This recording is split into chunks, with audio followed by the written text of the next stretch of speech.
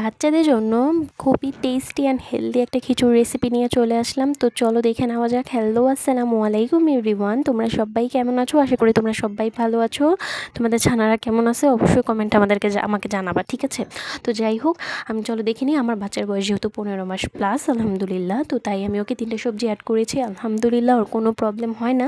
তো তোমাদের মধ্যে যাদের বেবিদের অ্যালার্জি সমস্যা আছে বা হজমে সমস্যা আছে বা 1 বছরের নিচে, সেই ক্ষেত্রে তোমরা 2টা সবজি ইউজ করবা বা একটা সবজি ইউজ করবা, সেটা বেবিদের উপর নির্ভর করে, ঠিক আছে?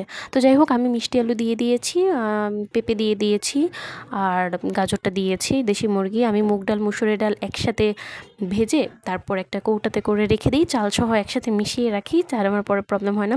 আর এই মশলাটা ইউজ করেছি, এই মশলাটা নিজের বানানো, হোমমেড বানানো, ঠিক আছে? তোমরা যারা যারা জানতে চাও অবশ্যই আমাকে কমেন্টে জানাবা, ঠিক আছে, যে মশলাটা কী কী দিয়ে বানানো। তো যাই হোক, আমি এই মশলাটা ইউজ করি। মশলাটা দিলে খিচুড়ির টেস্টটা 1000 গুণ বেড়ে যাবে। আর আমি এখানে তেল দিয়ে দিয়েছি, সয়াবিন তেল। তোমরা অলিভ অয়েলও ইউজ করতে পারো, এটা তোমাদের ইচ্ছা, বা ঘি দিতে পারো। 1 চামচ তেলের মধ্যে 45 কিলো ক্যালোরি ফ্যাট থাকে। তো বাচ্চাদের জন্য ফ্যাটটা কিন্তু খুবই বেশি ইম্পর্টেন্ট। যেসব বাচ্চার ওজন কম আছে তাদের জন্য তো আরও বেশি ইম্পর্টেন্ট। তো তোমরা 4 থেকে 5 চামচ বা 5 থেকে 6 চামচ তেল দিবা সারাদিনে, প্রতিদিন 6 চামচ